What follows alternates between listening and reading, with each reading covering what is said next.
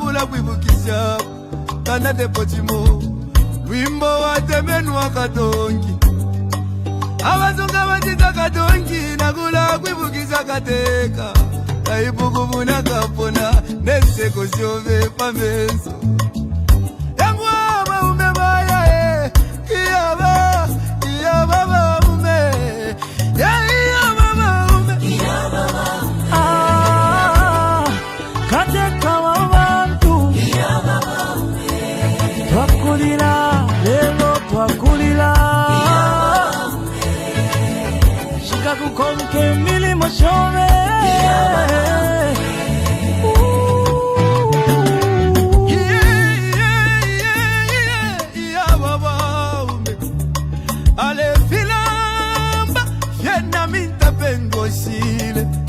Eti kume mo kulondolo la vale lilo wingi iseko wingi mwakwete iseko wingi mwakwete mwaya mwende wino tata wesu katusi muchi wakege wali bomba kale lomba mwatuja tulelilake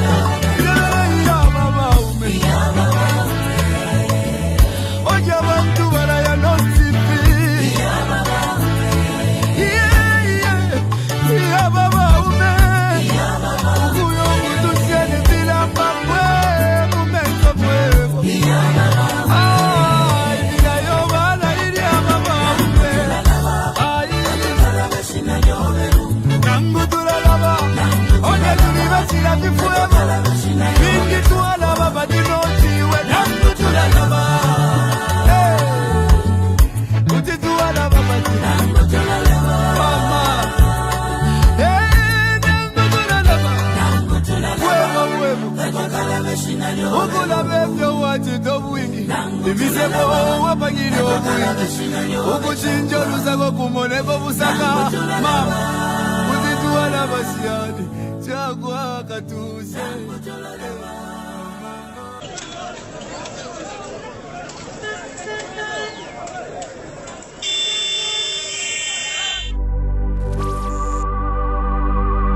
Lelo bwacha bakamba mucharo chesu cha Zambia chawe kanjoy abantu bafo bakamba kule mumfumbwe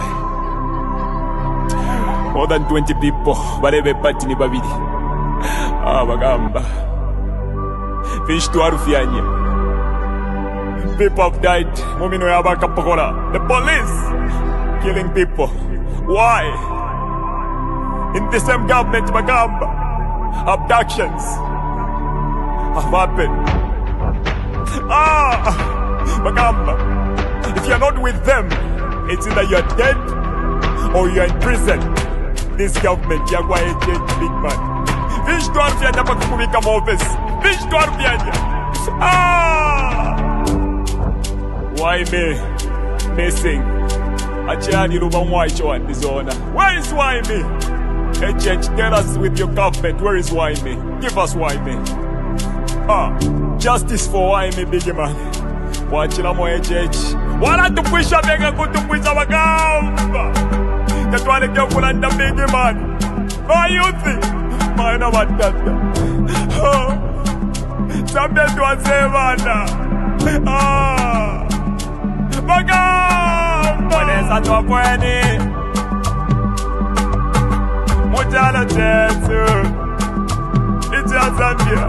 Tuamona mwempwa. Bagamba. Tuamona mwempwa. Nama abductions bagamba. Ubu muteko tuwaleta. Badulete lama Amazala mush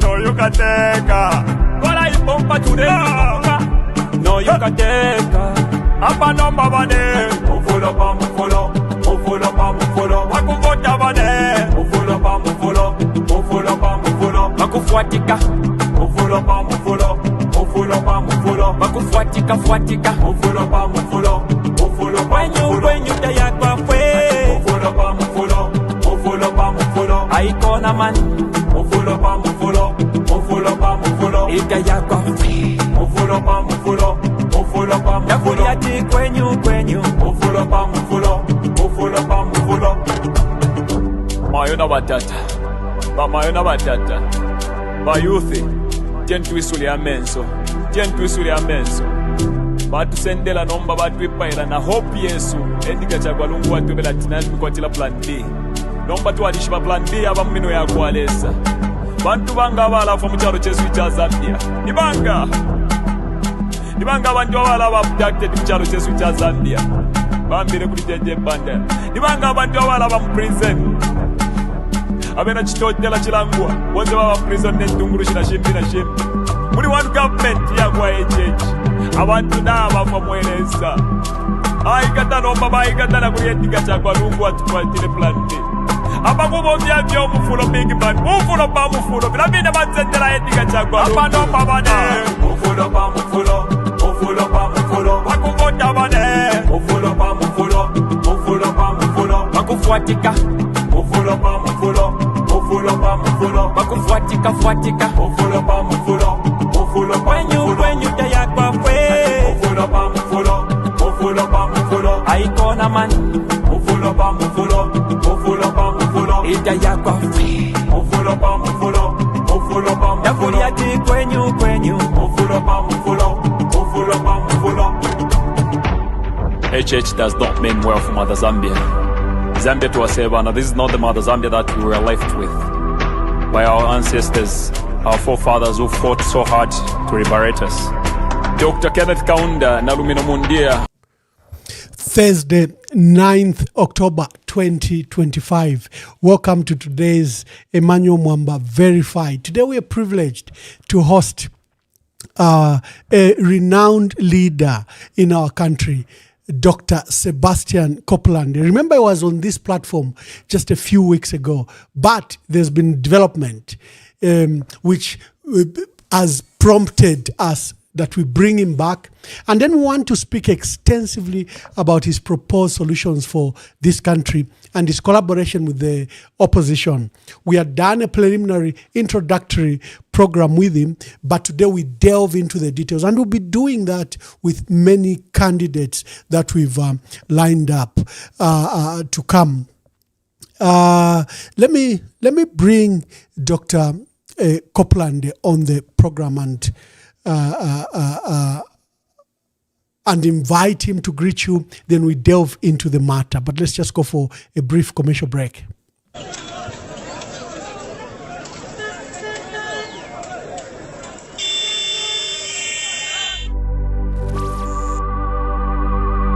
Lelo bwacha bakamba mucharo chesu cha Zambia chaweka enjoy. Abantu bafo bakamba kule kumumfumbwe.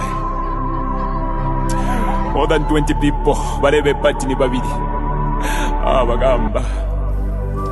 Thank you very much. Let me bring Dr. Sebastian Kopulande.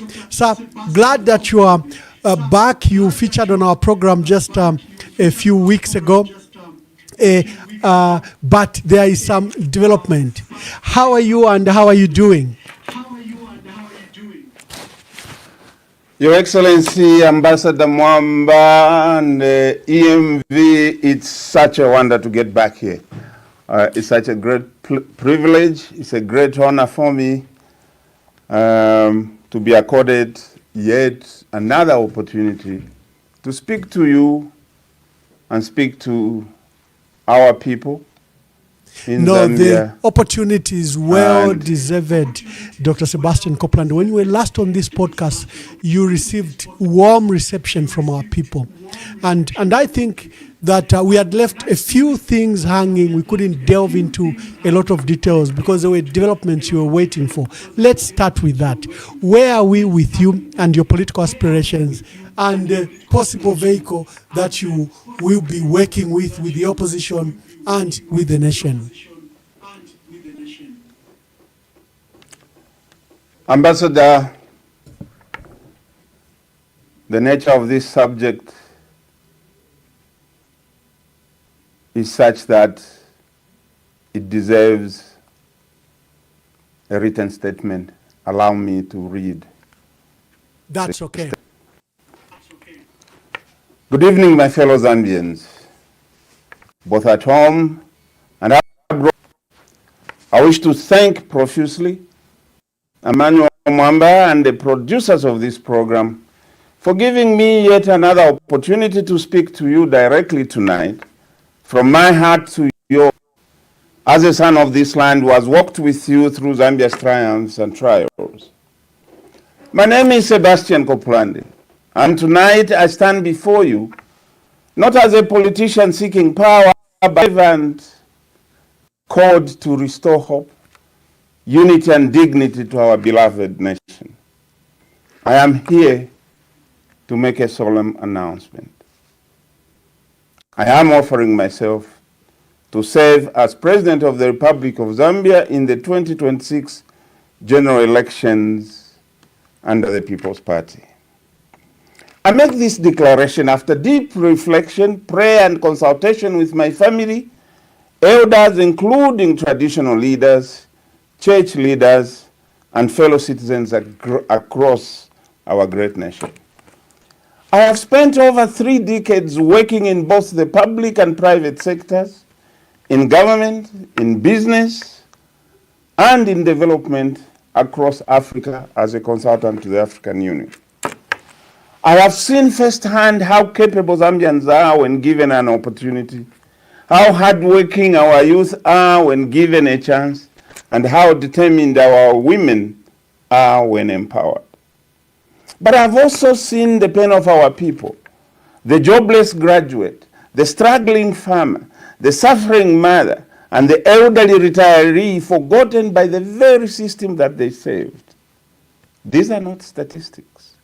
These are our brothers, our sisters, and indeed our neighbors. Zambia today is at a tipping point, a very dangerous point indeed in several areas. We were once called the Switzerland of Africa, a nation of peace, potential, and promise.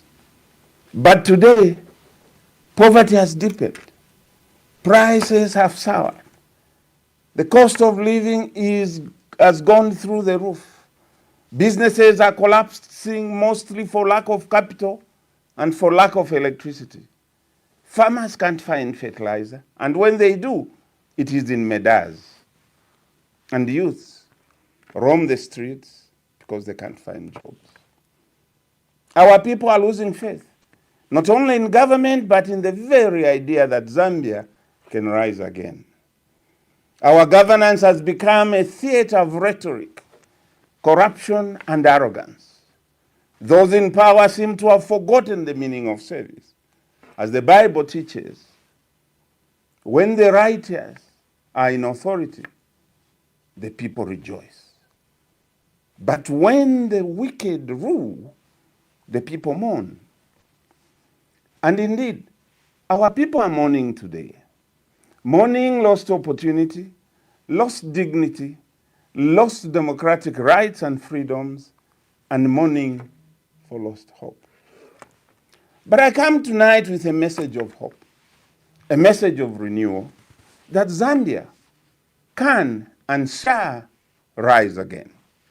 We shall reclaim our pride, rebuild our economy, and restore justice and prosperity for all.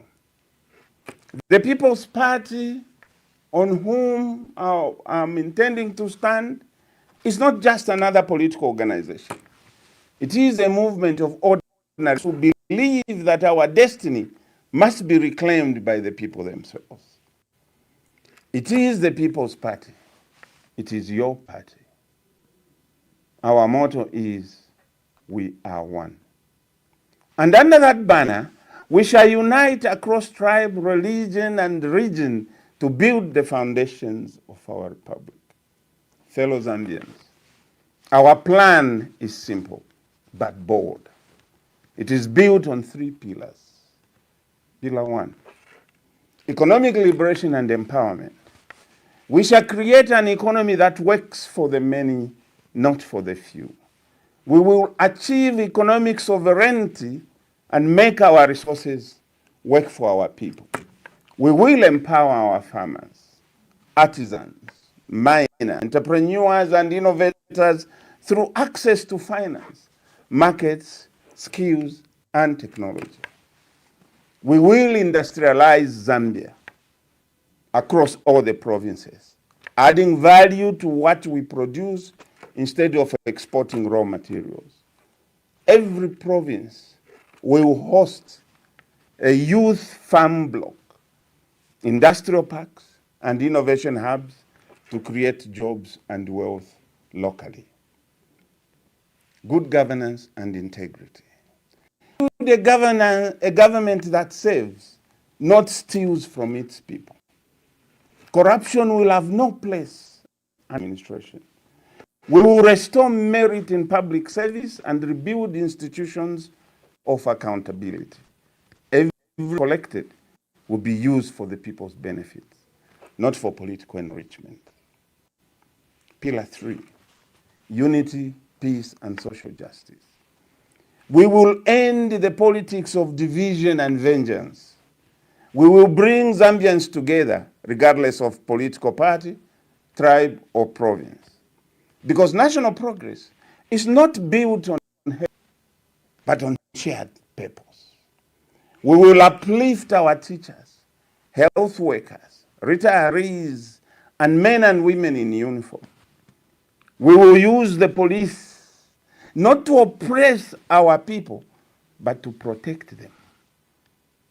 We will ensure the independence of all 3 arms of government and leave all institutions of governance to operate freely in accordance with their mandate. My brothers and sisters, fellow Zambians, Zambia is not poor. We are just simply poorly managed. We cannot be proud to be ranked 60th country in the world. Gold, copper, cobalt, manganese, gemstones, fertile land, abundant water, and intelligent young people ready to work. What we lack is leadership that loves this country and it loves power. And that is the leadership I seek to bring. A leadership of service, not status. Of humility, not arrogance. Of unity, not division. I have learned over the years, through my service in the public service, I've learned over the years, through my work with former presidents, may those rest in peace, I have learned that power is for the people, and that power belongs to the people, and that power must be used for the benefit of the people. Hence, fellow Zambians, there is hope for a better tomorrow. No night is so dark that it never ends. The night we are in will pass, but only, and only if we stand together. To our youth, you are not leaders of tomorrow, you are leaders of today.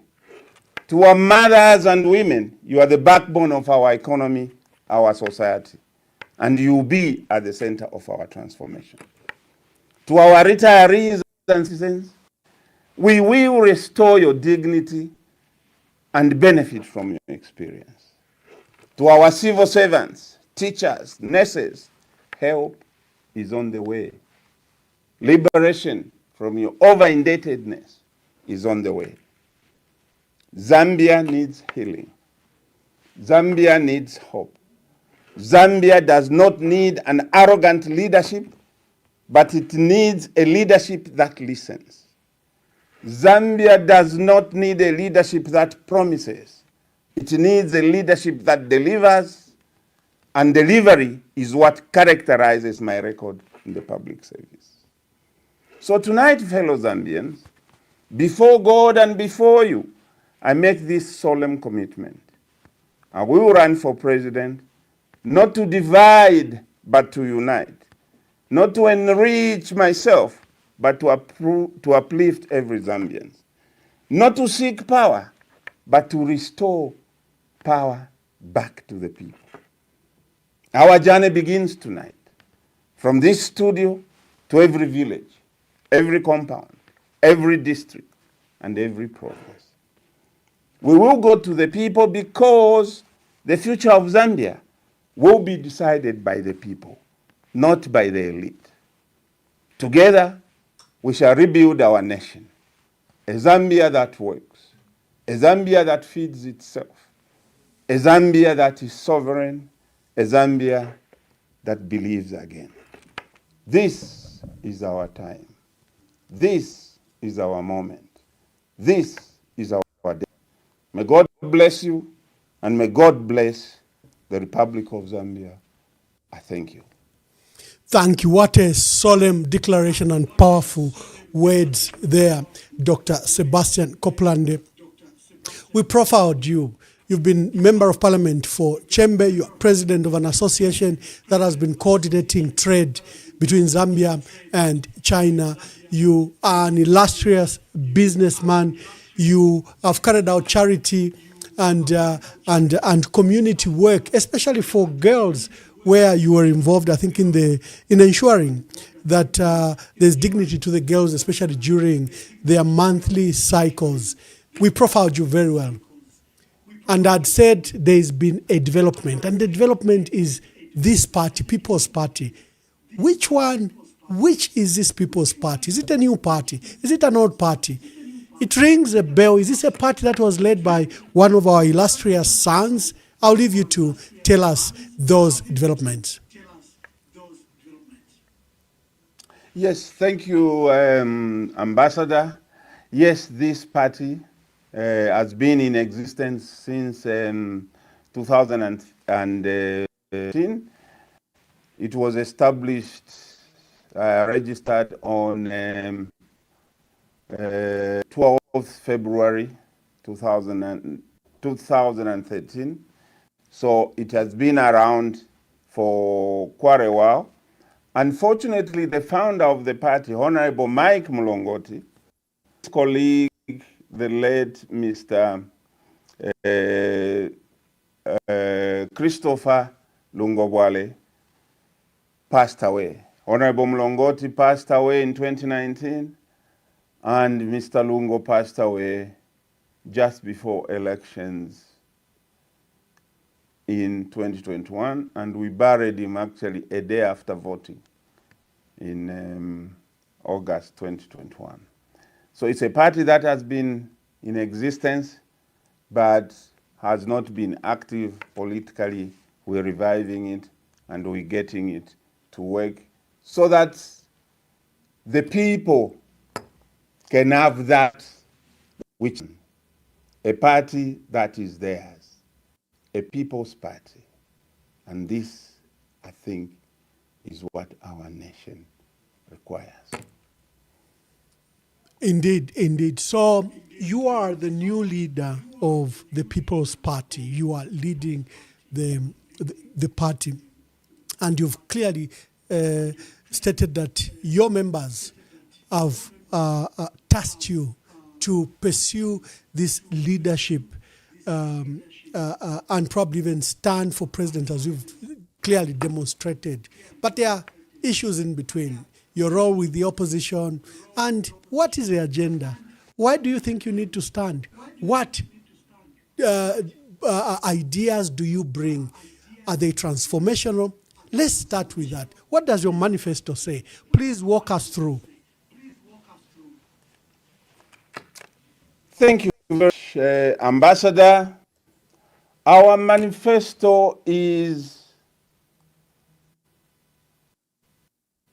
that challenges the establishment.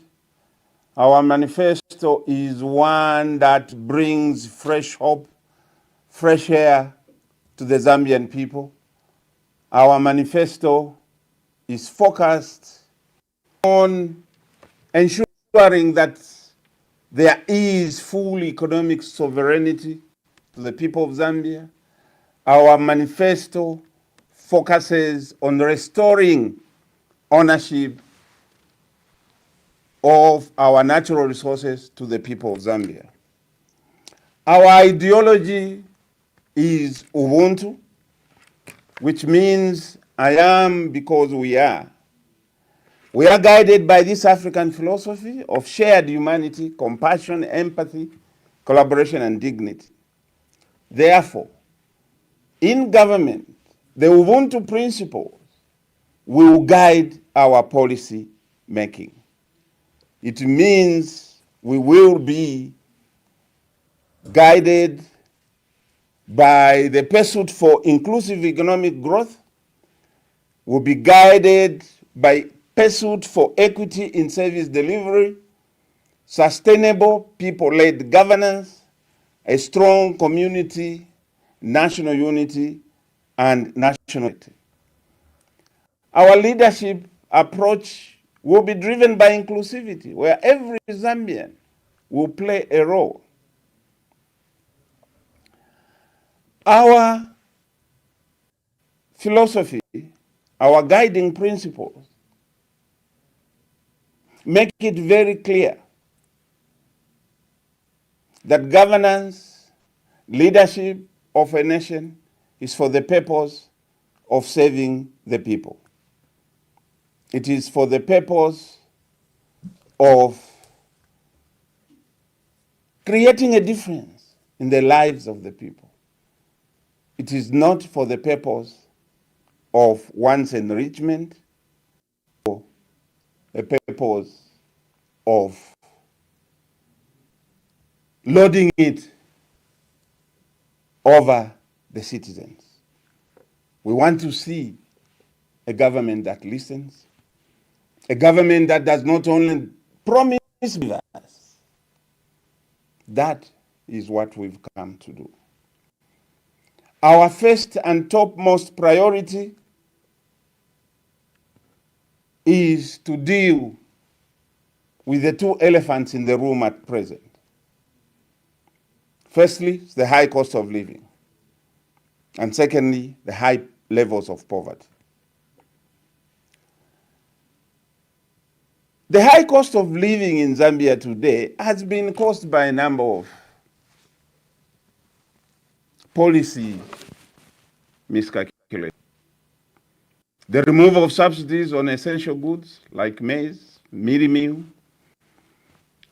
subsidies on fertilizer, subsidies on fuel were removed.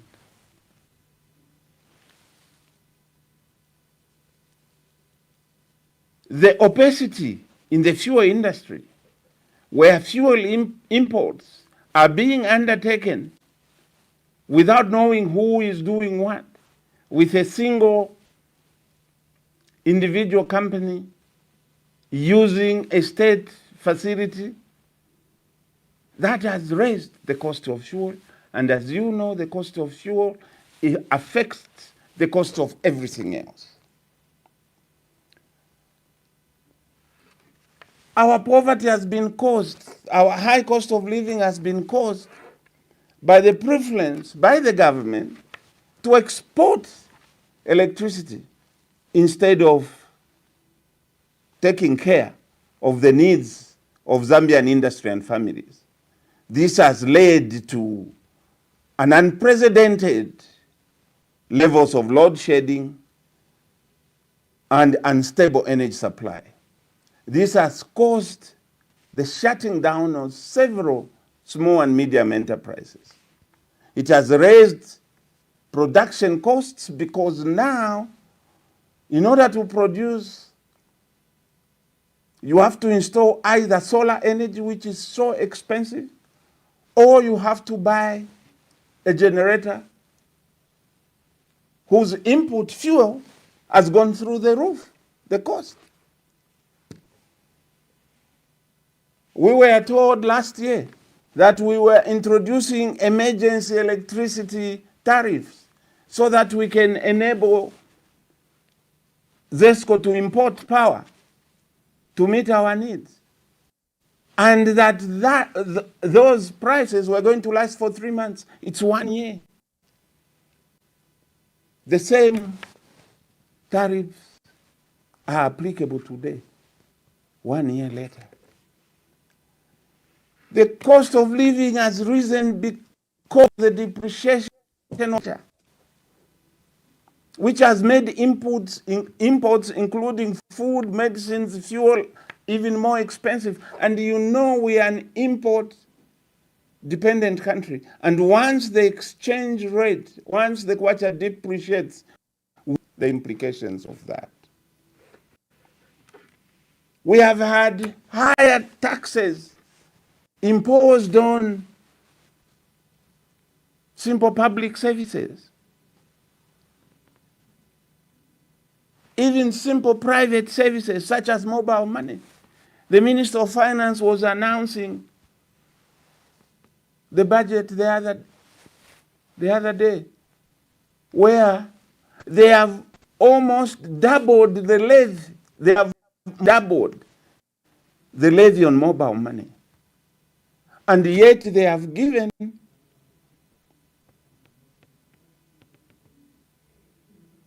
more funds in social cash transfers. Now, these social cash transfers mostly use mobile money services. And the Zambian people share the money using mobile money. But they have taxed. They have doubled the taxes, the levies, mobile money transfers. Give with one hand and take away with the other.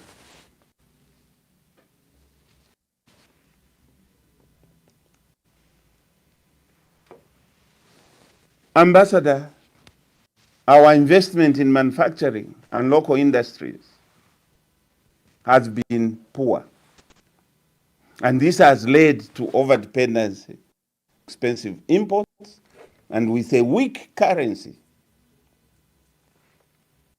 we have a problem. We have a problem. Nonetheless, like I said in my statement, there is hope. Because when we do come, we are going to deal with the high cost of living as a priority.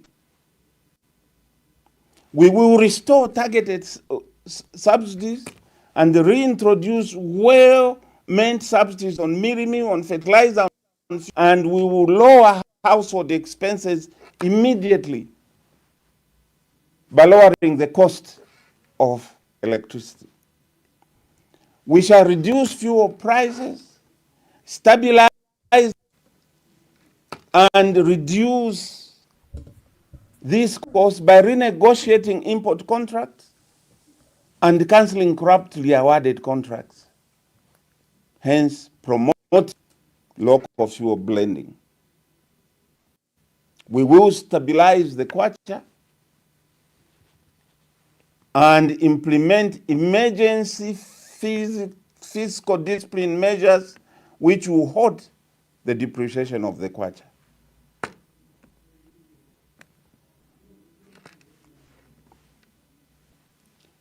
We, as a matter of urgency, stop corruption, which is a contributor to the cost of government services, hence raising the cost of living. We intend to undertake sustainable economic stabilization measures within the period of 2 years. And by this, we are going to establish sector-focused development banks to support SME, to support Zambian involvement in mining, in agriculture. We shall establish an import-export bank to support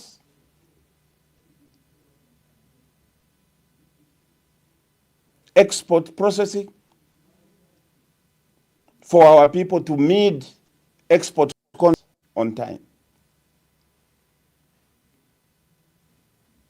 We will embark on agricultural transformation by investing heavily in farm mechanization, in irrigation and rural infrastructure, as well as support to small-scale farmers to ensure year-round farming and secure food sovereignty. We shall launch provincial youth farm blocks. This will create youth employment and raise food production. The idea of this is that we are going to work with traditional rulers to identify land in each province where we are going to set up farm blocks for the youth, allocate them at least 2.5 hectares each to produce. We bring equipment, tractors to till the land. Of the first 3 years, we shall support the youth farmers, and after that, we'll leave them because we'll have prepared them to stand on their own. The result of this will be higher employment opportunities for the youth. It will be increased food production. It will open up opportunities for the youth to work. Thank you, Honorable Sebastian Kopulande. Usually, when you begin to bring solutions, first they accuse the opposition that the opposition do not discuss solutions. And I'm glad that you're making a good foundation discussing solutions. But when you begin to make the solutions, they accuse the opposition of just declaring mere wish list. I say this because the UPND boast that they are resolving the crisis of the country. They've done debt reschedule, that they've deployed CDF to every constituency and district up to a tune of 40 million. They claim that they've brought peace. They claim that, look, there's now a trajectory of economic growth 5 to 6%. But looking and hearing you make your initial declaratory remarks, you put the country in a huge crisis, national crisis, requiring immediate redemption. But the UPND say, like in their budget speech by the minister, say the country is on a trajectory of success. How do you contrast these two confusing realities? What is the state of our country as you begin to speak to the solutions? Ambassador, the state of our country is deplorable. It is difficult anymore to go out of the country and walk with your head high, proudly say, I am Zambian. Why? 60% of our population is classified as poor and live below the national poverty line. That is a total of 12 million people out of 20 live below the poverty line. We have cases of extreme poverty where 48% of the population cannot meet basic food needs. Levels in the rural areas stand at almost 80%, 78.8% to be specific. 78.8% of rural households are poor. Hence, our intervention, our economic intervention, is focused on the province, in the rural areas. In the urban areas, 32% of our are poor. 64% of Zambians live on less than $2 a day. We have multidimensional poverty where nearly 48% are deprived of health, education, housing, electricity, and access to water. 31% of Zambian population is undernourished. 1 in 3 children under 5 is stunted due to malnutrition.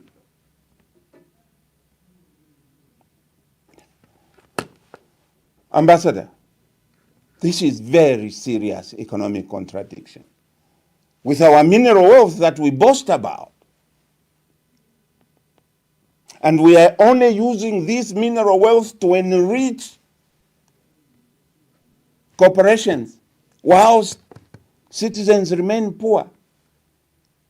Even the 10% export tax that was put on export of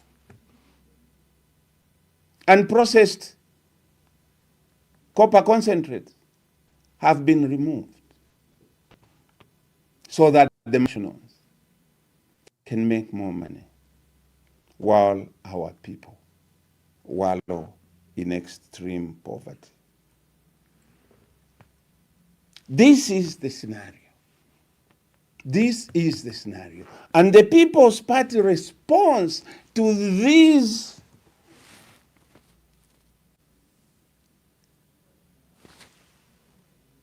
very sad situation is to take a wealth creation strategy as a tool to fight the poverty. We are not going to go in through what is called poverty reduction. No, we are taking the other route to create wealth. We will fight rural poverty by establishing youth farm blocks in every province, equipped with irrigation, storage facilities, power, schools, clinics. We are going to promote agricultural mechanization and irrigation for increased productivity and climate resilience. Vamwamba, we cannot today, at this time in the development of humanity, be doing our agriculture with Kambwiri, Akalukasu, Eho. No, we're going to mechanize agriculture. And why are we going to do it? So that we can cover more hectares in productivity. We are going to introduce an input for results e-vouchers that reward farmers with next season based on produce that they deliver. So we'll give a subvention at the beginning of the season. When the farmer has produced, he will bring back to the agency that will be mandated with the responsibility to do that. And by the way, we are going to remove the Food Reserve Agency from agricultural marketing. They have to concentrate on their key responsibility for which they were established. They were not established to agricultural marketing.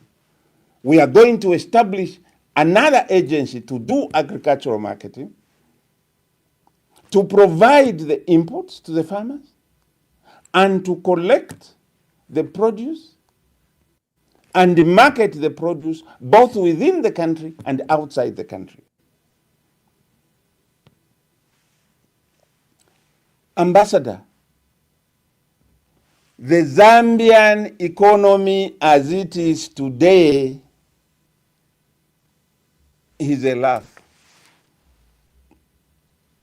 And you can tell me that the Zambian economy will grow by 6.4% from where? Well, from where? Doc. So what we are going to do? Doc, your elder Yes. brother, Honorable Stumbeko Msokotwane, says he's dealing with debt, foreign and local. He says the exchange rate has now stabilized. He says he's posting economic growth of up to 5-6%. He says, our life expectancy has jumped from 49 now to, is it 67 years. Zambians are now living up to the age of 67. Very, very unique numbers. Do you have credibility in these numbers that they're posting? Are they posting them for purposes of elections? Is there a total, first of all, is there this huge discrepancy and total disregard of the total reality of what our people are facing? Ambassador, what is interesting is that, you see, when they produce these growth statistics, they are quoting Bloomberg. They are quoting Bloomberg. They are not quoting their local, internal, official source of statistics, which is the Zambia Statistics Agency. They are quoting Bloomberg. Now, does Bloomberg know that our people only have access to electricity for 5 hours a day? Does Bloomberg know that? Does Bloomberg know that all our electricity is being exported? Does Bloomberg know that up to date, some farmers that supplied food to maize to FRA have not been paid? The only credible data that I would want to look at is data produced, that will be produced by the official government statistics agency. It is not data produced by somebody that wants to blow your ego, and you end up forgetting the sufferings of your people because they make you feel good, so you start beating your chest, I am the greatest, when your people are suffering. If the economy is growing at that rate, how come poverty levels are so high? How come 64% of the population is below the poverty that line? How come we are the 6th poorest country in the world? How come we are the 4th most unequal country, meaning the gap between the rich and the poor is so wide? It's so wide to the tune of 57 on the Gini coefficient. Really, my brother, needs to be a little more honest with this. But we have a solution. We have a solution on how to grow the economy. We have a solution on how to grow the economy, my brother. We will fix this economy because we believe that the key question for Zambia's economic development that we must start with addressing is one of economic sovereignty, or the extent to which our natural resources benefit our people. We must address that. We must ask to what extent has the entire economic structure in Zambia been designed to benefit the citizens of Zambia. For many years, we have failed to answer these questions decisively and comprehensively since independence. I must acknowledge that the post-independence government tried. They established industries in all provinces. We came with privatization. All these were closed.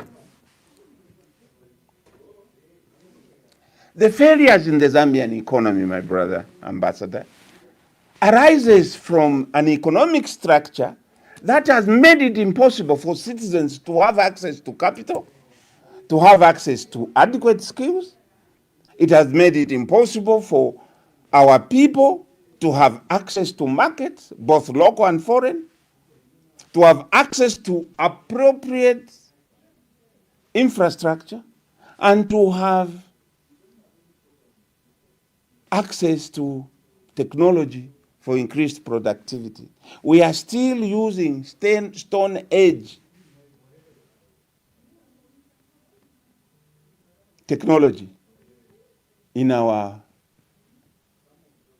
businesses. My brother, the blood of any economy is finance. We have a situation where our current financial sector is dominated by short-term commercial banks. Not even one development bank exists in the country. And you are telling me about economic growth. These commercial banks, 15 of them, all of them headquartered in Lusaka and only Copperbelt, Wakalamba, can only lend you up to 15. that point you've just raised is very fundamental. The central bank has closed the Development Bank of Zambia with no reprieve, no hope for recovery, and no hope of establishing an alternative development bank. Just speak to the importance of development bank and why a country needs a development bank. It appears our economists are not bothering because it's now 2 years on without a development bank. Ambassador, the lack of a development bank promises economic stagnation or economic regression. No question about that. Because commercial banks, 15 of them can only lend you maximum 12 months. Now, can you borrow, Ambassador, money from a bank to invest in a green project in the mining sector and be able to pay back your loan in 12 months? Is this not why Zambians keep being kept away from the one economic sector which is the dominant sector and controls 80% of our foreign exchange earnings? Because we do not have access to capital. This is why, my brother Ambassador, we in the People's Party are proposing that we are going to develop sector-specific financial institutions, development bank. Let me call them out. Let me list them.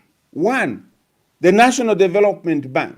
The National Development Bank will provide finance to all long-term investment projects across the board from any sector. Secondly, we are going to establish an SME development bank.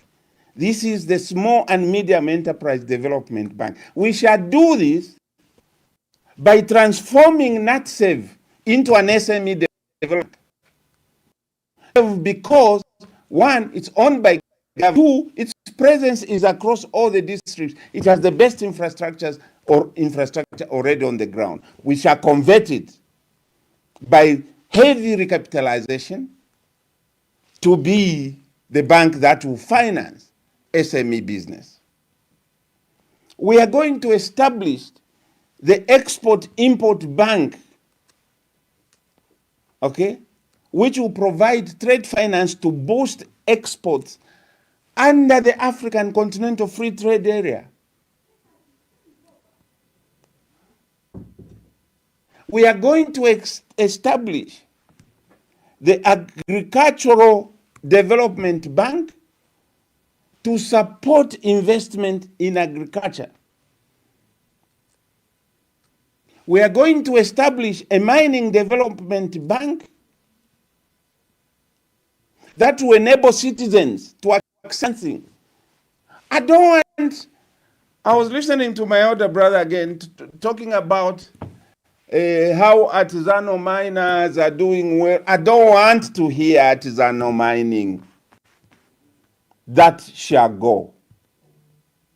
I want to hear mining, not artisanal mining. Every miner should have access to funds to be able to procure equipment to put in their operation. Our housing situation is deplorable. Our national building society is incapable of meeting the need. We shall have another bank for housing development. We are going to open this market to go beyond the traditional commercial banking that we know. We are going to open it to Islamic banking as an alternative model of, because in Islamic banking, they do not charge interest. They participate in your profits. So they take an interest in your business. You do not have that pressure of having to pay back a loan. No, because the bank comes in as your partner and participates in the profit. We are going to encourage fintech companies, financial technology companies that will provide modern tech-driven solutions. This is our approach to ensuring that there is capital for Zambian entrepreneurs. We want to deepen financial inclusion and roll out mobile banking, fintech, and digital payments across the country. Sadly, again, like I said, digital payments are being taxed and being strangled by heavy taxation. Our poor people use mobile money to give each other some money. You go and tax that. You taxing the poorest of the poor. People who will send 10 kwacha, send me 2 kwacha, they send 2 kwacha for somebody. You tax that. If you are transferring even 1 kwacha, between 1 kwacha and 150 kwacha, you pay 35 kwacha. 35 ingwe, rather. Really? And the rates in this budget, the charges in the 2026 budget have been more than.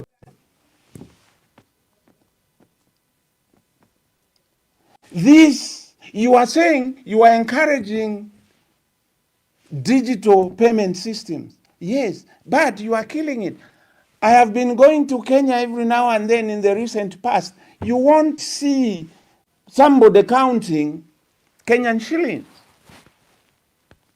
It is M-Pesa everywhere. Everyone pays by mobile money, and everyone is paid by mobile money. We are going to have access to capital. We will establish a credit guarantee fund for SMEs. We will support venture capital, private equity, and impact investment.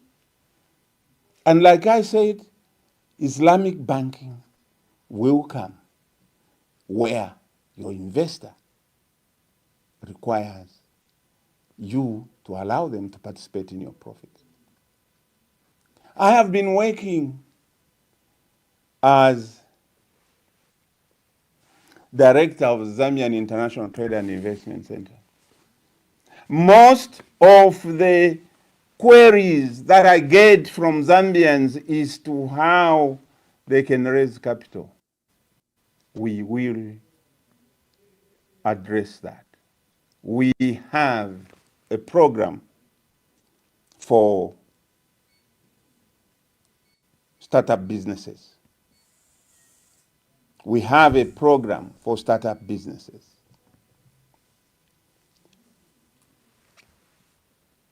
We must address Zambia's economic challenges by acknowledging that, in fact, one of our biggest problems has been this persistent dependency on exporting raw materials. We can even export what is called copper concentrate. Copper concentrate? No. How do you know what other elements are in those concentrates? You send them out as though there is gold in there, there is nickel. Wherever they are going, all those shall be separated and they will take value. We have. Thank you very much. To stop. Dear viewers, we are hosting Dr. Sebastian Kopulande, former member of Parliament for Chembe. Is an illustrious businessman and a leader. He's served over 3 presidents in our country. He's now been tasked with his colleagues in the People's Party as leader of the party. Remember, the party was owned by, was formed and pioneered and promoted by our former Minister of Information, Mike Mlongote. And now that vehicle has entrusted the leadership in Dr. Sebastian Kopulande. He's just here outlining some solutions, because it is you, the viewers, that complain that we just bring people that just tabulate the difficulties our people are going through without the solutions. And I'd encourage Dr. Sebastian Kopulande to bring solutions. And that's, I think, what he has endeavored. We are opening phone lines. You can ask him about any sector, any vision. But before I open the phone lines, Dr. Sebastian Kopulande, what is the role of your party with the opposition, the ecosystem of the opposition? Will you interact with the opposition? Will you join any forces in the opposition?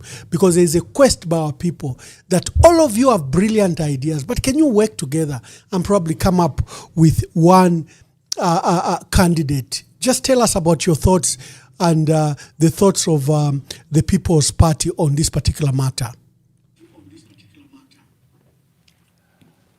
Ambassador, that's a very important point, very important question. This debate has been raging for quite a while now.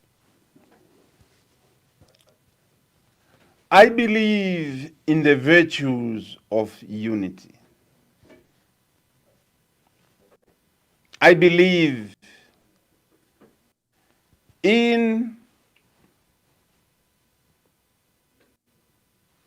the effectiveness of concerted effort.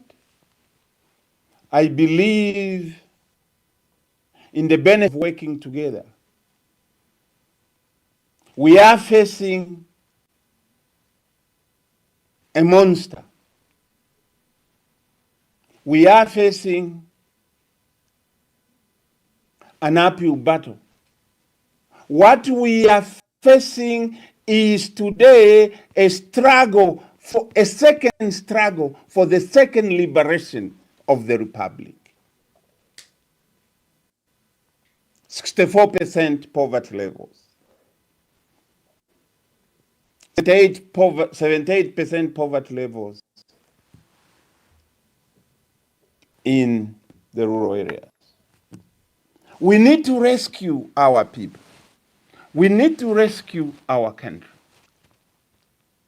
And we must put all our efforts together. I have put up my hand so that the Zambian people can have a wider choice as to who the single opposition candidate would be. What I'm saying is, should the opposition agree that we are going to run with a single opposition candidate for the presidency,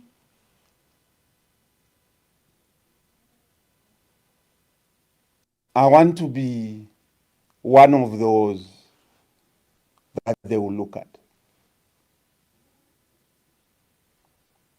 So that is our position vis-a-vis opposition unity. We are of opposition unity. We are coming in to help strengthen the unity. We are coming in to help propose solutions. We have wide-ranging solutions for all sectors in this country. We can bring a difference. So we are available for collaboration with other members of the opposition.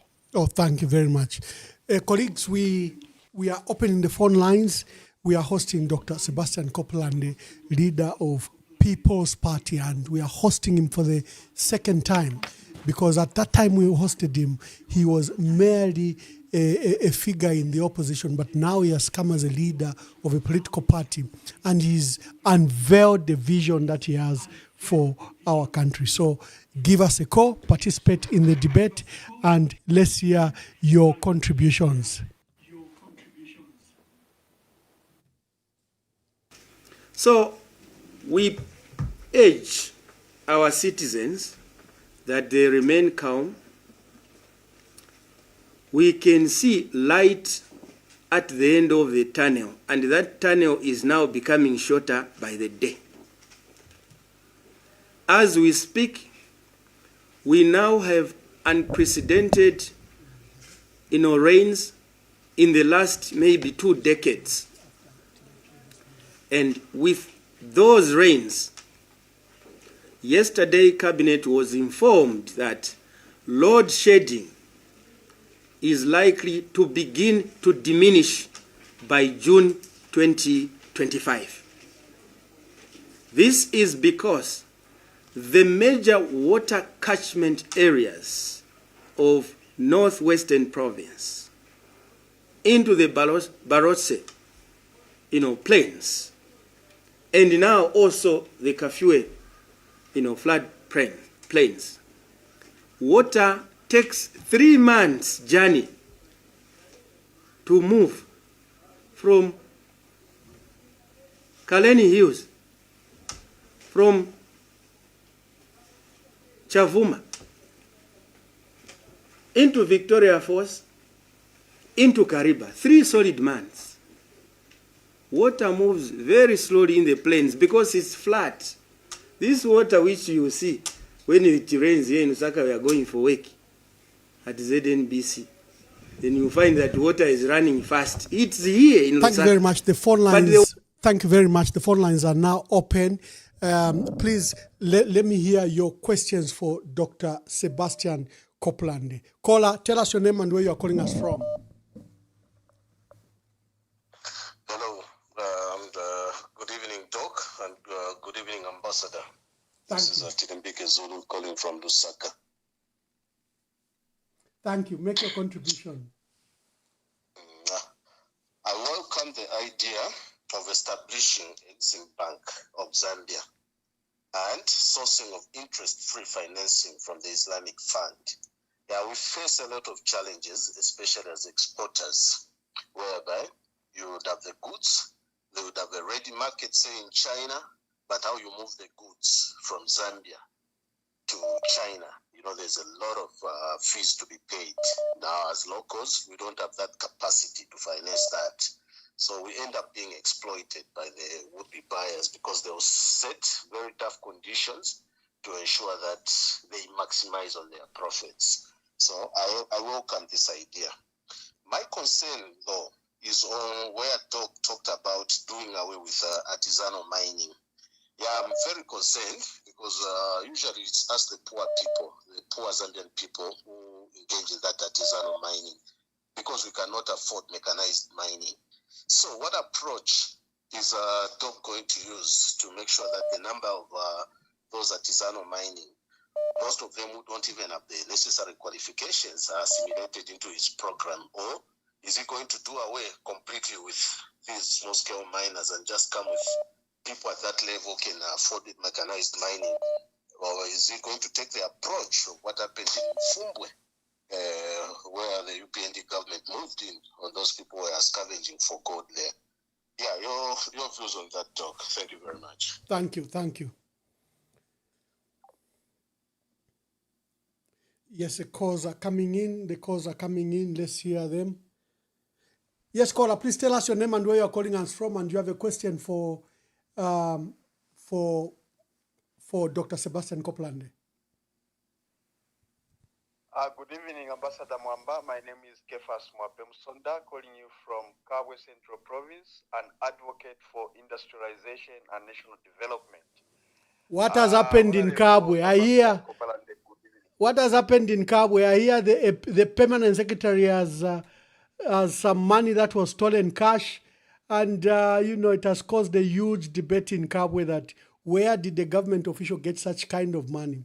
That's what we also wondering. We've heard through the news, and yes, we were told that between 9 hours and 10 hours yesterday, the permanent secretary's driver went to a car wash where 200,000 kwacha, which others are saying was more than that, was apparently stolen and later on recovered. The questions arising could be that how did the driver leave such exorbitant monies if he was aware that the money was in the vehicle?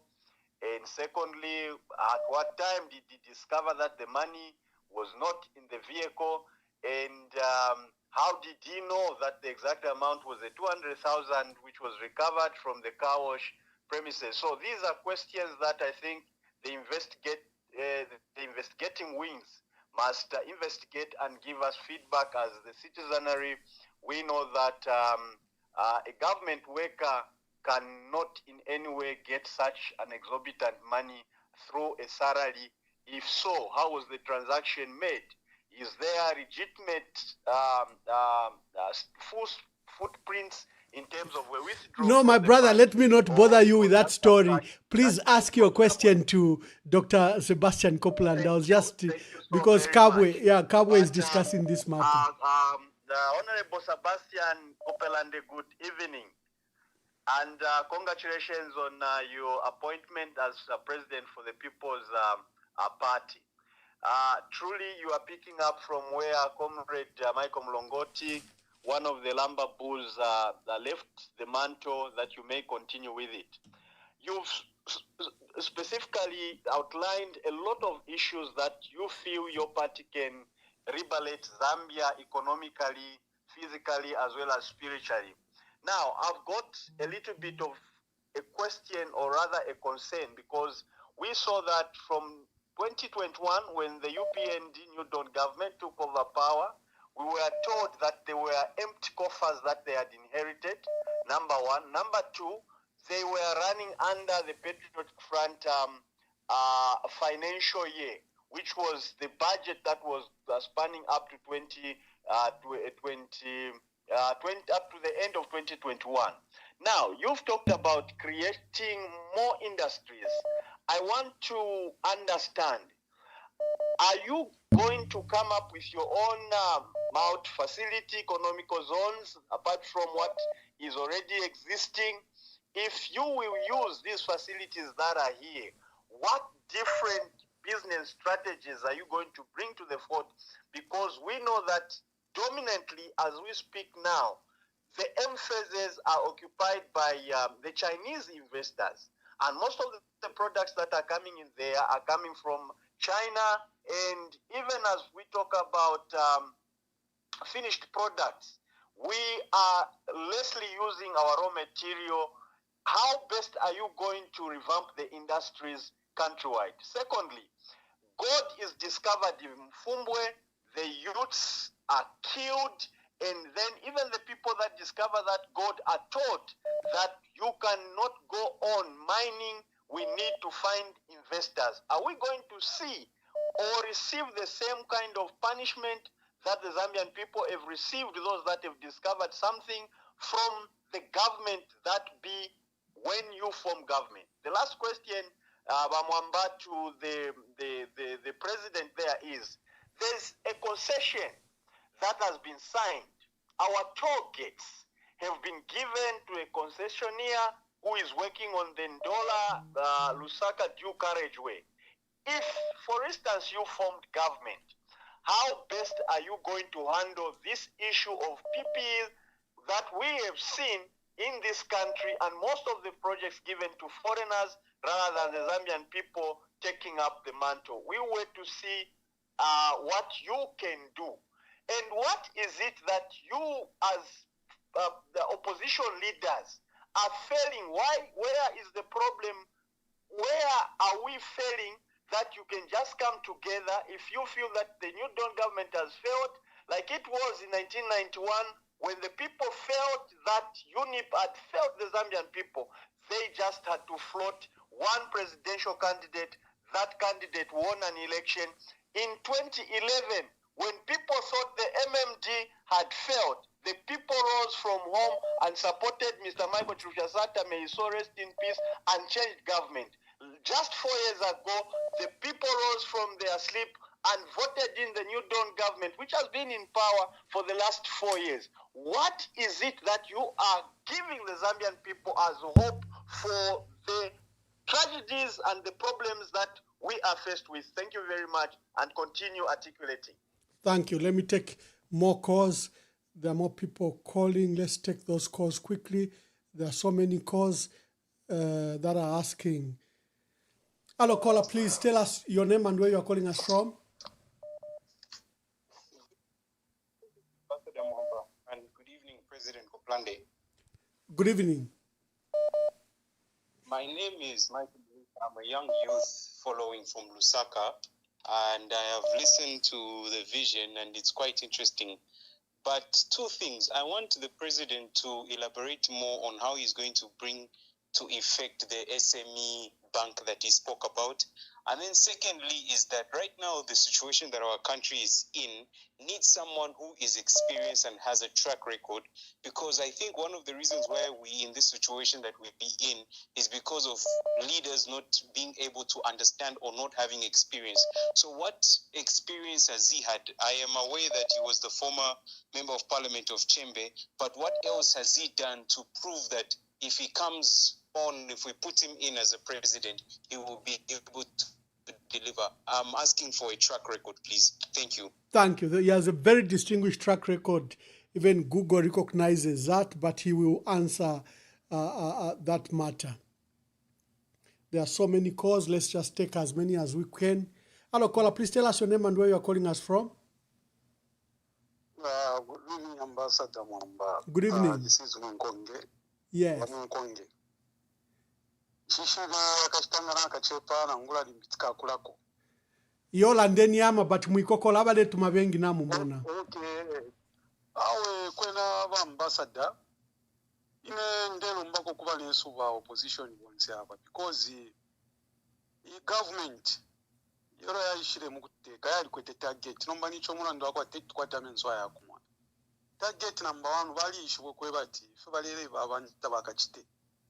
So target number 1 yali yako na all out going government because bali ishibwe kwebati tete wabombe okushita kompea ne fyale bombaba nawo. So kubike chimfunganya bali outgoing government because the outgoing government era ishibwe kuna checks and balances yako batira ngunga bali bapere chance norabe katarangwa popo muri bamwamba ngakwali kurara ndefi ntufya kwebati ababa government nokurufyanya nte tubarufyanye because ngabalebe bofyo bayishiba so bali lokona ora opposition ba kubambira okuteka egoba kwata yakona ora opposition mumone imwe pako bati mubyoko ni target yakona ora bonse bo bapo kama member of parliament ni target yakona ora nomba inecho njipusha sana kuri ba opposition aba nabo oro ba mono kwebati ira opposition bali ona ora chimonoko na ule chalo nomba again the small oppositions instead bekatanya akapi ukuruisha ila pate pako batiyona eka because ila pate nga yaona eka bonse awo tapali oko bengaya because qualification number 1 bafuire basta graduate kupitira kuli party the big opposition mumone fo basta tempa fyafula but inshatara mwana pona nguni one day fyo kumona fyati organize different presidents of opposition parties bapera kwa bana abo amano ba PF na bena amano kutia afurungana because attack yaba more than mumone bena barabomsha ba polisi barabomsha ba koti barabomsha machinery yapsana kusana but ba PF tabakwete machinery inga bomba abantu bambi bali mu kifungwa bengafu abambi bali outside nomba ba opposition before tabaraleta manifesto kwera fu barete bafilifye wino mushebena barete ntonkanya poshani because amadezi na achepa ngachakwe bati PF taichitire listo which means the government ikakonkanyapo because once wakapura ndibali wino nomba waite chibachita imba basainishanya akurangu na ba PF because PF ikweta ma structures countrywide kuri kumbyuko tabomfona ena amafoni baishwa fyati ba PF bali tsunga wino nomba tulepo ka fertilizer pambale ba PF bali wino so bashara fya abantu maruru area nomba ni state bai katani na nabo ba senior opposition pakwe bati ayama manifesto yasa bombera chapa munomba banga bayabeka ze small opposition which means tapali yoko ingaya takuli yoko ingaya chimono ko bati nawo kwata ma qualifications to afa campaign lero nawo kwata pali bali yako bati muna mu campaign tabale kusuminisha okwingirawo ufuire wa bombera pa kwingira mu campaign then ro wangira mu campaign ro warubomba ukulingana n'efyo winga bomba ndero mbako bafuye ko ba PF because manifesto yaba UPND ko na ora PF bali shibo fyo bafuire okuyona nomba abana abo ababa small opposition please afueni kwa abanenu ngamwaba afuani shine charo mwa chipokorora chisuma mukwaye. Thank you. There are more calls. Let me just pick these calls. Hello, caller. Please tell us your name and where you're calling us from. Good evening. Thank you, Ambassador. How are you? Very well, thank you. I have two things, Ambassador. First is that I sent you a message and you haven't responded. Please kindly respond that message. The second thing is I listened to the debate that the vision sharing that the Honorable Kopulande has made. It sounds very interesting, like another caller had observed. But I would like to ask a question concerning there's a question that he was asked when he featured on one of the interview, where he was asked to say if the UPND offered you a position, a ministerial position, or they offered that you work with them, would you accept to work with them? I would like him to give a very convincing answer to that question. The second question I have is that are there timelines to those vision points that he has raised? Like when do we see the introduction of the development bank? When are we going to see the establishment of those SME banks? Do we have a timeline? Does he have a timeline to say, okay, in the first year we are going to establish this a bank, or in the next year we are going to do this? Are there timelines to those visions that he has outlined? Okay, thank you very much. Thank you. Let's take maybe the last two and allow Dr. Sebastian Kopulande to respond. As you heard in the background, there were a lot of phone calls in the background, but let's see how we can quickly just clear these calls, because the program is made by you, the callers, your attention. Hello, caller, please tell us your name and where you're calling us from. Good evening, Ambassador, and good evening, Dr. Kopulande. My name is Nancy from the Copper Belt. Thank you, Nancy. I'm very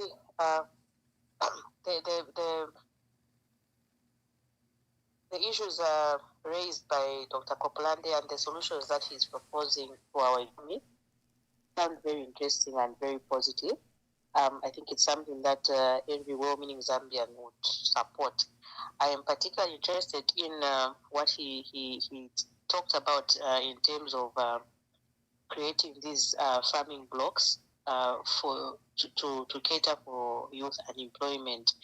I would go further to suggest that on that one, you could incorporate all the chiefs in that every chiefdom has such a farming area so that every part of Zambia feels included in that. If it's brought down to every chiefdom, it means all our traditional leaders would be on board. Everyone would feel that they are recognized and their plight is being considered, and the government is looking at catering for everyone. Unlike if it's one in every province, there are different chiefs in there. Others may feel certain chiefdoms get favored above others and things like that. So if it's brought down to every chiefdom, it means the development is further decentralized and more youths will be able to be captured. And then also on the mining sector, I agree with him that exporting concentrate should not be a welcome situation for us. We should not be promoting that. The removal of the taxes which were on export of concentrate, we should be prohibiting that. We should put in policies that are going to promote value addition and finished products being made just here in Zambia. Our economy needs to grow by value addition to our raw industries. We should not be a raw material exporting nation. We should be having our finished products here and being known for exporting that rather than always exporting our raw materials and bringing back importing the finished products. So I'm very happy to hear what you have on the table for us. I would also want to know what you would have in for the Zambians in terms of social security, pensions, like the NAPSA. We have been crying for.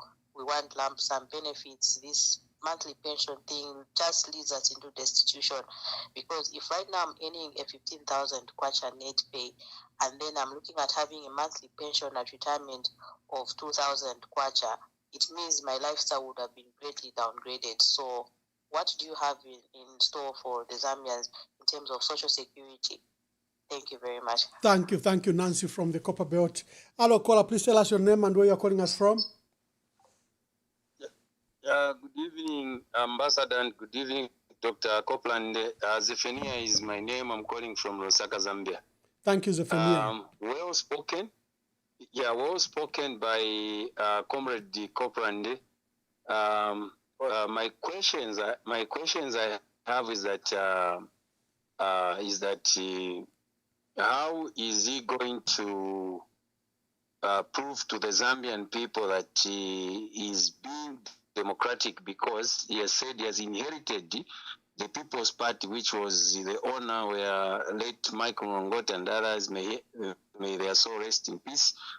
According to Article 60, it says that every political party should hold a convention, because he has not mentioned that he's going to have, or when are they going to convention, because he never mentioned in his preamble, so that people should know that this is another democratic party, because we have seen the current regime where the president lost 5 times. He was just unopposed until the 6th times, when they never used to go for convention, until the 6th time when they said if you're not going for convention, they had to go for formality. I think Article 60, it compels a political party to show that this party is democratic by all inclusiveness, because what I am fearing is that I have started seeing a lot of people coming, like Nashala Neka parties. Only interest is to come and save the Zambian people when they haven't proven to the Zambian people, because Zambian people are looking for a team, not only one person, but a team. Yes, we can have Comrade Kopulande has got a very rich CV, but who will be his vice president and who are other people? You know, so this is what makes Zambian feel like today, Vamwamba, if you have checked, that's why people are still waiting for PF, that PF is the only hope, because PF is well structured. These people who are coming on board, they have no structures. They are only coming to show their face themselves. So that's why you find that the people that are looking like there is no any opposition party, but the only opposition will be PF. It's unfortunate that in PF, the wrangles are still now going deeper and deeper and deeper. I hope one day they'll quickly come to their senses so that Zambian people can still have hope. The only hope we have is the Patriotic Front to unite, and every political party, they should come together. And Zambian people, I have said it here as I conclude, they have said it here on your EMV. They are saying they want one candidate, and they must work and form the United Front. As long as they continue separating themselves, we are yet to see, they are capable of manipulating the elections. And I know there is a Malawi formula where 17 candidates stood, but only one came. But at the moment, Zambians are not yet satisfied. That's why people, they should come with proper structure, and that's the political party Zambians will follow. Thank you very much. Thank you very much. Let's allow Dr. Sebastian Kopulande to take on those questions that have come. Dr. Kopulande. Thank you very much. Mr. Limbike Zulu, am I saying I will do away with artisanal mining? No, that's not exactly what I said. I mean doing away with artisanal mining. Artisanal mining will be there, and it will continue to be there. What I'm saying is to give opportunity to those that are doing artisanal mining to upgrade by ensuring that we have a mining development bank that will provide the capital needed to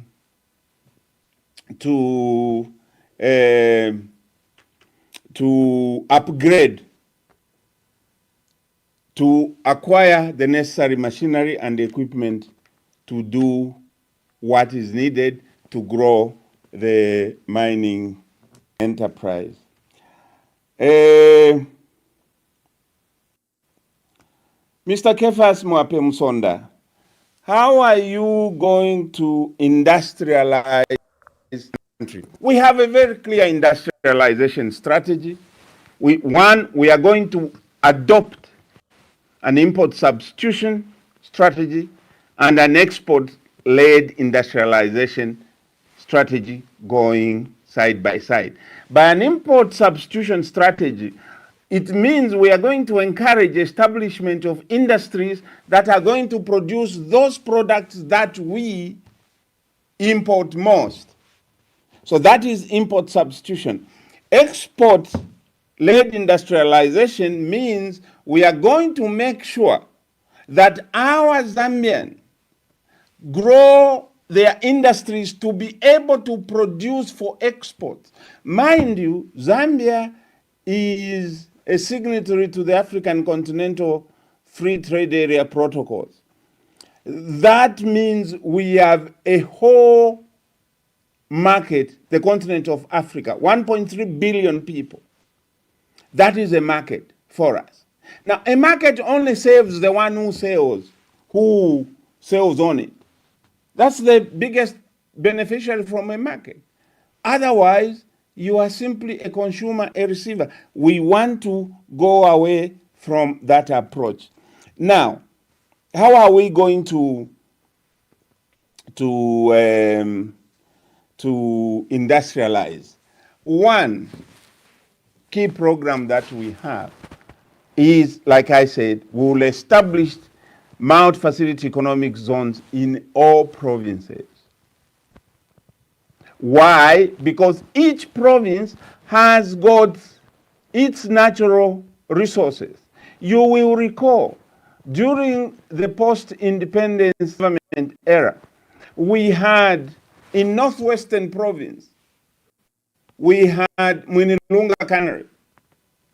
In Eastern Province, we had the bicycle manufacturing. In Luapula Province, in Mansa, we had Mansa Battery. So each province had an anchor industry. And this is what we are going to do. And how are we going to do it? We are going to make use of an institution that already exists, but we are going to reorientate it, reorganize it. This is the Industrial Development Corporation. Just a minute. Mr. President, just a minute. Let me take the last call because I saw this caller had been trying to call, but they've called. So let me see if we can take the call and, okay. I guess it got cut. Please proceed, Mr. President. Yes, we're going to reorientate the Industrial Development Corporation because the Industrial Development Corporation, the purpose for which it was established, and I can say this, I had long discussions with President Sata over the establishment of the Industrial Development Corporation. Mind you, I was his permanent secretary, and we were therefore very close. President Sata consulted me extensively, although I did not hold a position, a formal position in his government. But he consulted me extensively on a lot of issues, especially to do with economy. So the Industrial Development Corporation was intended to be the pathfinder investment organization. That means its job was to open up new industries where the private sector could not because of infrastructural challenges. So the IDC will therefore be mandated to undertake research in every province, establish, do feasibility studies, establish which sector can perform effectively in that province, and make an investment for that province. The purpose of that is to open up provinces to industrialization. And once that is done, then IDC will grow that company up to a certain level where it will then be used as a tool for empowerment by floating shares on the stock market, where Zambians can then buy stocks, can buy shares. So we shall use industrialization both as a creator of jobs in rural areas, as well as a tool for economic empowerment for Zambians. So IDC will take an invest-divest approach through the stock market, liquidate or liquidate their share in particular corporations and maintain a minority position so that the majority position goes to ordinary Zambians. Okay, that is how we are going to industrialize. And where we put up what I'm calling the youth farm blocks, we shall create value addition opportunities right there. That is part of our industrialization strategy. He commented on Mufumbwe killing.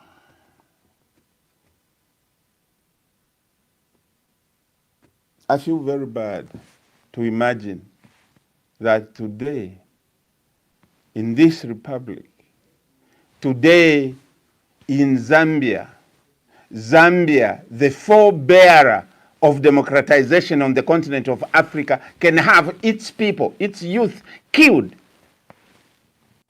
brutally by a force whose mandate is to protect them. Why do we have to do that? I feel saddened. And let me take this opportunity to pass my condolences to all those in Mufumbwe, in Northwestern, who have lost their children, who have lost their husband, who have lost their grandchildren.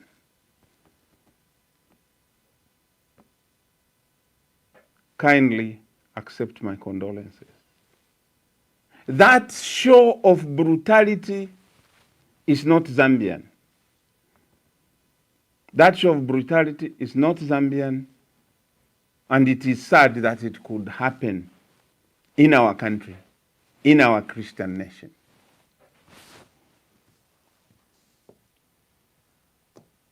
The toll gates in Ndola Lusaka dual carriageway given away to a foreigner. My brother, that deal is a very strange deal. You take your people's money, nap some money, somewhere about $600 million. Okay, take that money, give it to a foreign contractor, to a foreign consortium, so that they can collect toll fees on that for 25 years. Why couldn't NAPSA invest directly in that project without going through a third party? And NAPSA has done that before. Why did we have to have a middleman? Why didn't NAPSA invest, go and get the same Chinese company to do the building of the road, pay them the cost of the contract, pay them for their service? Why do they have to be the ones to collect the toll fees for 25 years? And why on earth do you give them the targets to start collecting money before even the job finishes? I have questions. I don't know. Someone will be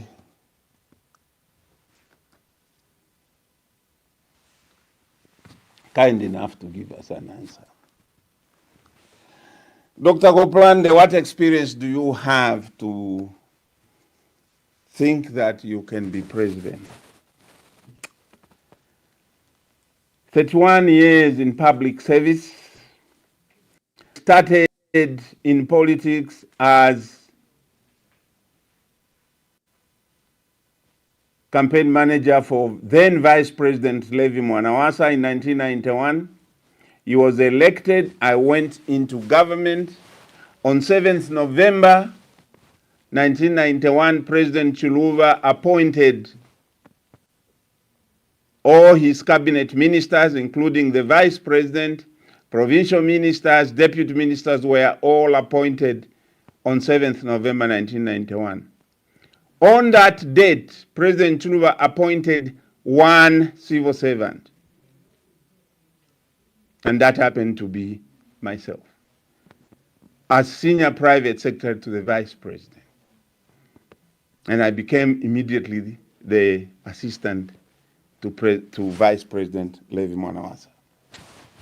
From there, I was moved to the Ministry of Commerce, Trade and Industry as director, and I was given a 2-year program, 2-year mandate to come up with policy to liberalize the economy of Zambia. That was it was one of my best times that I worked in government. In fact, my best time in government was at the Ministry of Commerce, Trade and Industry, where Deepak Patel, very practical, very progressive, was my minister. Hence, we achieved big milestones because I had a minister that understood. I had a minister who challenged me. I had a minister in Deepak Patel that understood what the mandate of the Ministry of Commerce was, understood that actually the economy actually sits in the Ministry of Commerce, nowhere else. Because whatever you produce has to be traded, and the job of trading is the Ministry of Commerce, trade. From there, President Chiluba transferred me and made me permanent secretary for the Minister without portfolio, who was then President Michael Chilufya-Sata. He was appointed Minister without portfolio on 29th May 1995, and I was appointed permanent secretary Minister without portfolio on 30th May 1995, and there was no office. So I had the responsibility to establish a new ministry altogether. There had been a minister without portfolio before, but the ministry had been closed, literally. I inherited not one file. I started a ministry from scratch with President Michael Sata. After I pushed the re-election of President Chiluba in 1996, in 1997 he transferred me to the ministry, to State House as Comptroller and Permanent Secretary. I was in charge of the running of State House, the whole administration of State House. After that, President Levi Mwanawasa became president.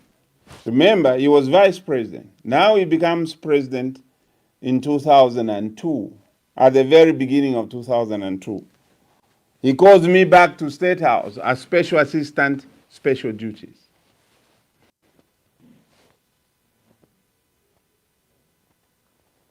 And part of my job then was to write his speeches. And as a presidential speech writer, one of your biggest jobs, one of your biggest responsibilities is to develop new policy. Because whatever the president says, this I was taught by then Secretary to the Cabinet, Mr. Leslie Mbula. He told me, Sebastian, if you're writing the president's speech, whatever the president says is government policy. So you have to be careful what you write for him. And that gave me good grounding. So I wrote President Levi Mwanawasa's speeches up to the last speech he delivered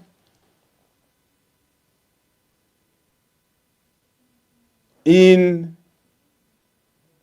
2008 when he addressed the Catholic bishops from Messiah countries.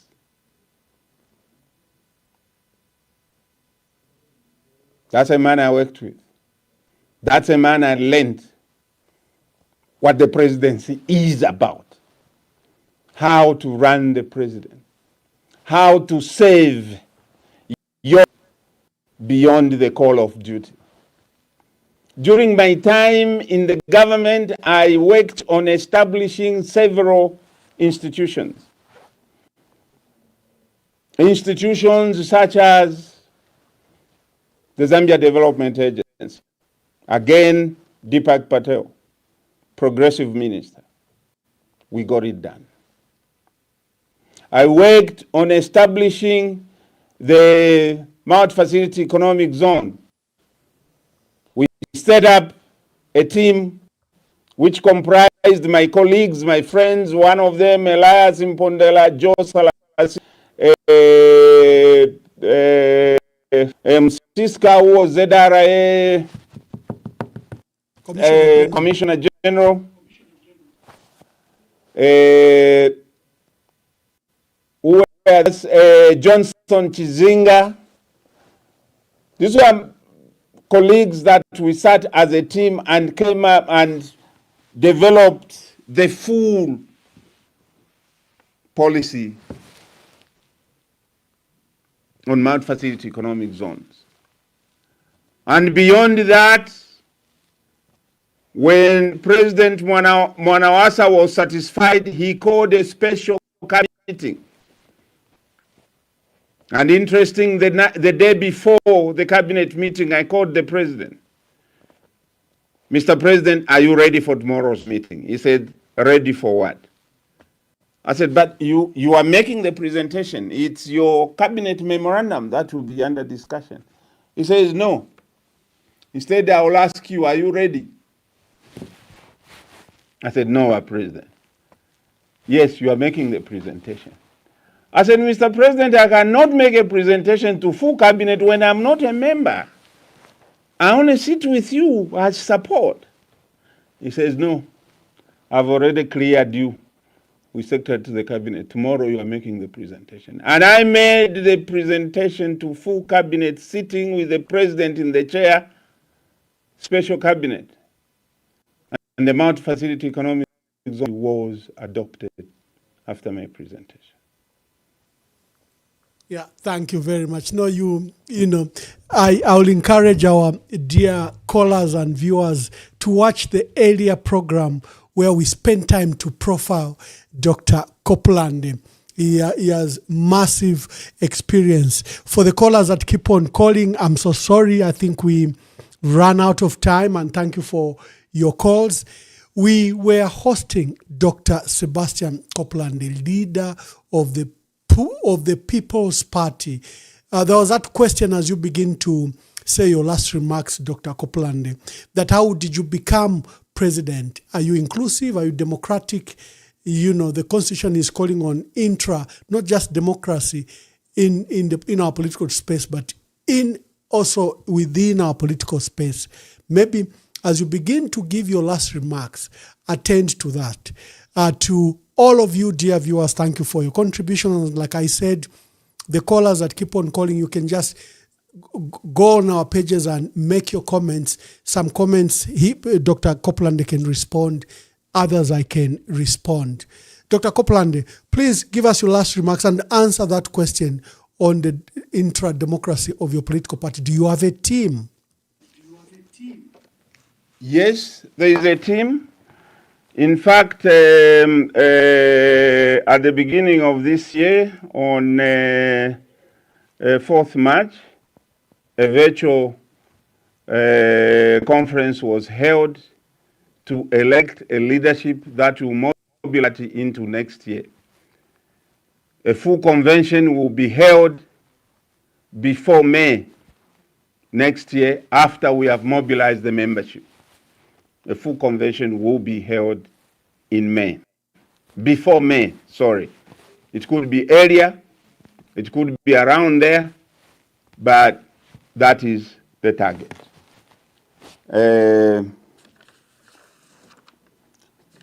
Am I supposed to make my last comments, remarks, Ambassador? Yes, thank you. Help us close the program with your message of hope to the Zambians in light of the crisis that we have. Your message of sorry, our dear sister still thinks she should say something to you. Just hold on. Maybe you can incorporate her in your last remarks. Hello, caller, please tell us your name and make your quick contribution. As you've seen, we have closed, but you are a regular caller and you might have something to say to Dr. Kopulande. Good evening, Ambassador Mwamba and also Dr. Kopulande.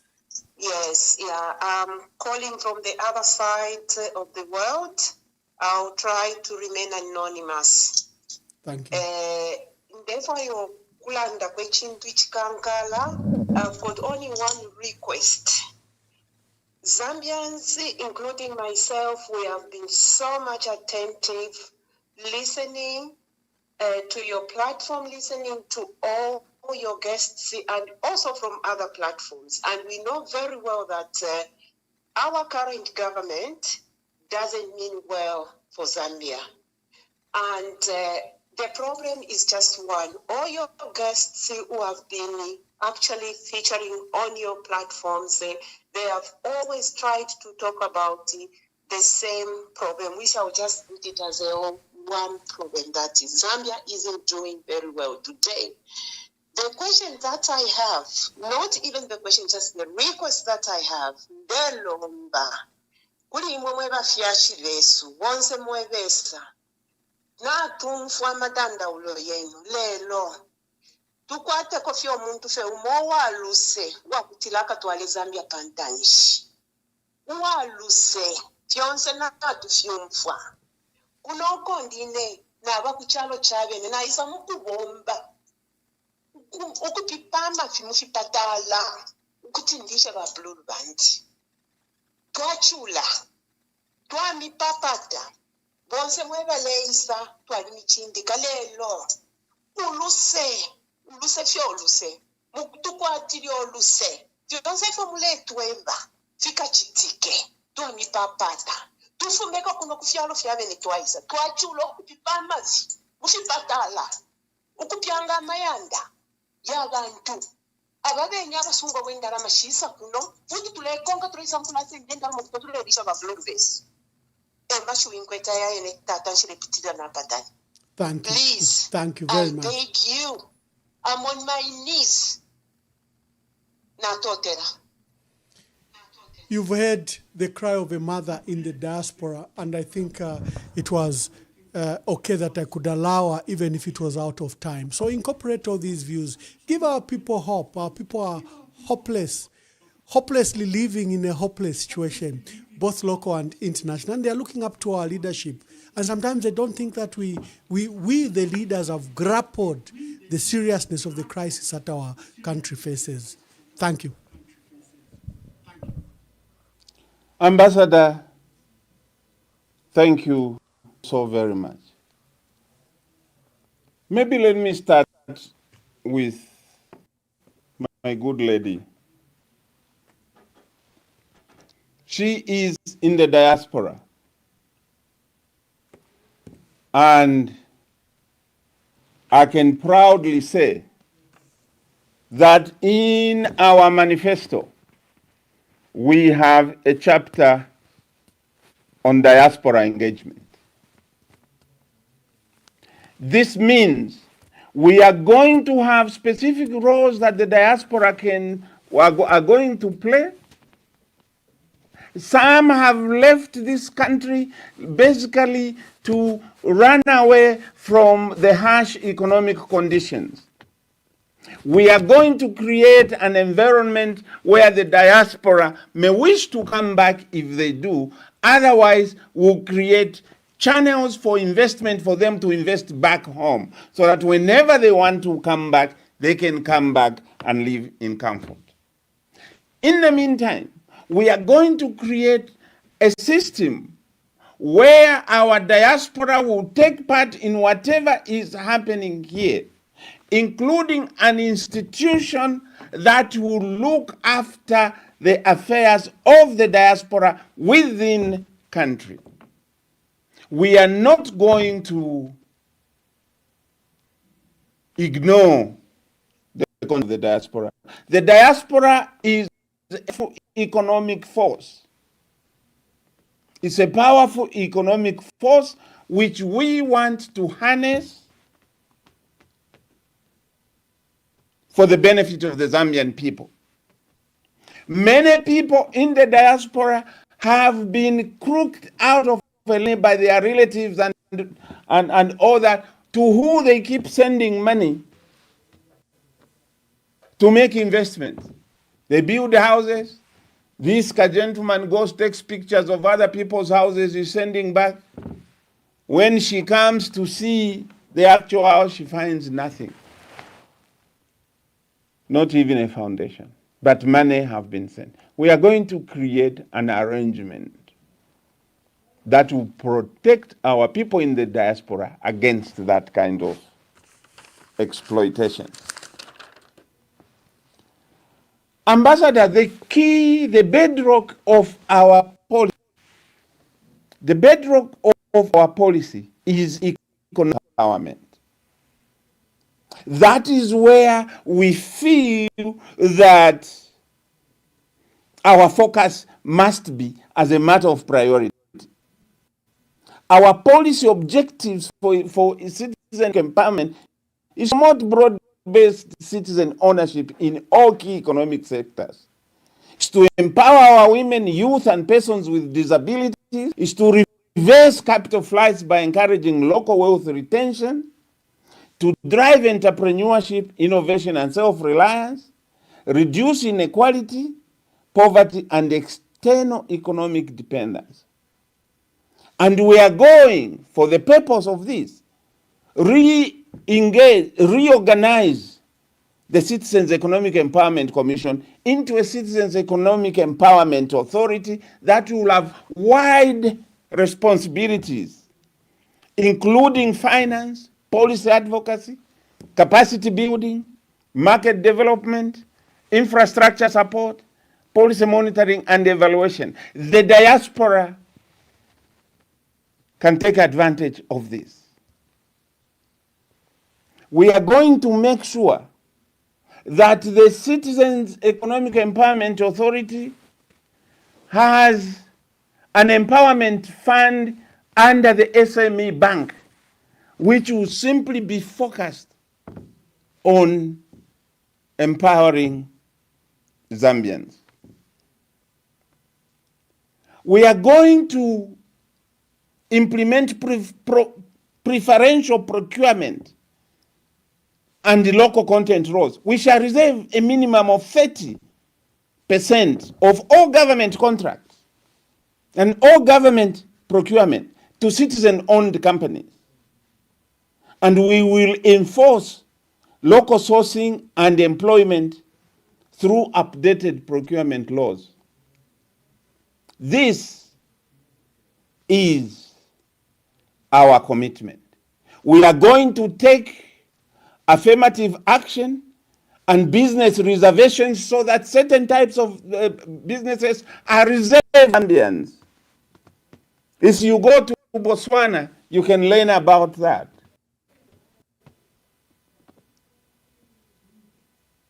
We are going to promote joint venture, joint of companies between foreign investors and the local entrepreneurs. And we are going to give incentives to any foreigner that partners with the Zambian. Our fiscal incentives, depending on the extent of Zambian ownership, that we shall reward promotion of local ownership. That is the bedrock of our policy. My fellow Zambians, we are not where we intended to be in 2021 when we made the choices we made. We'll know why. Experience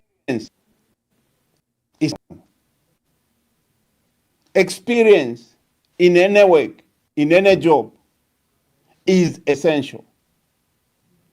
You cannot just take anybody and give them the responsibility of superintending over your national treasury, superintending over your lives. You hand over your lives and the lives of your children and their grandchildren into inexperienced hands. What are we doing? My fellow Zambians, governing a country is not common sense. It comes with experience. It comes with knowledge. Are we going to make another mistake this time of putting another person in office who will spend the first 3 years learning the job and the time has gone? Spend that time fixing those that fixed him? Why don't you get somebody this time who will land knowing where to start from? Because they have been there 31 years. I offer myself solemnly to serve the people. I may be disabled by accident of nature.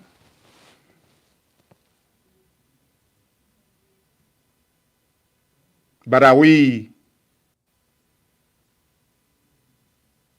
going to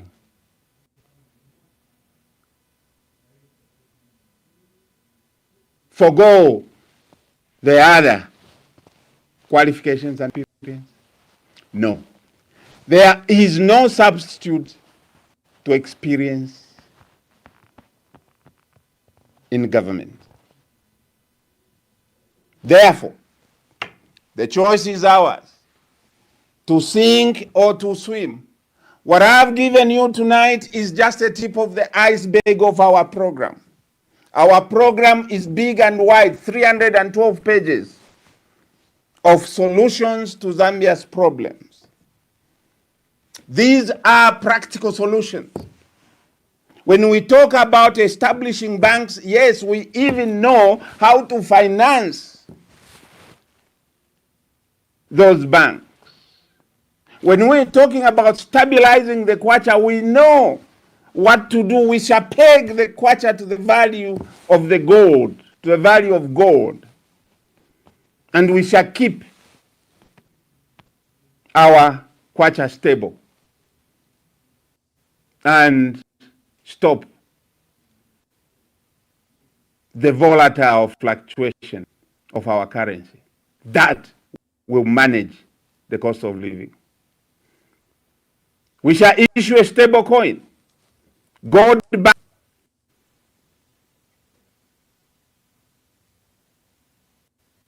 so that we can have a payment mechanism for our international trade, where our reliance on other currencies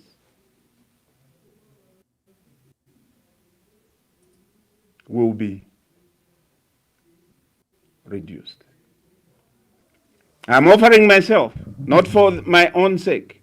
I'm offering myself for the country that has created so much for me. It's time for me to pay back. And I ask you. Thank you very much. Thank you very much for your support. Dr. Kopulande. To our dear viewers, we are very grateful that you participated in this program, and we are grateful for your contributions and your phone calls to Dr. Sebastian Kopulande. Thank you for spending so much time and for articulating the issues in our country. We wish you well in your endeavors, in your new political party, the People's Party, your participation with the opposition, and your intention to run for president. Hopefully that your colleagues in the opposition will welcome that idea and be among those that should be, elected. And to our dear viewers and your concerns around teams, around single candidates, I think our leaders have gotten the message and they've gotten the agency of the matter. Whichever way it pans out, all of us are committed to this country. So Dr. Sebastian Kopulande, thank you very much. To our team in Lusaka, thank you for your sacrifice and for staying this long. God bless you. Until we have another broadcast, we have several leaders that have been lined up in the opposition, and we will see you soon. So Dr. Kopulande, thank you very much. The Zambia Police Service has noted with grave concern a Facebook post circulating on a page purporting to represent the Patriotic Front, PF, titled, PF to begin countrywide demonstrations until state gives back PF. Demo starting at Robert Chavinga's house. The content of this page has repeatedly carried statements that border on incitement to lawlessness and the commission of public disorder. As Inspector General of Police, I wish to inform the public that the Zambia Police Service is closely monitoring this page. Its administrators and all individuals involved in creating, sharing, and amplifying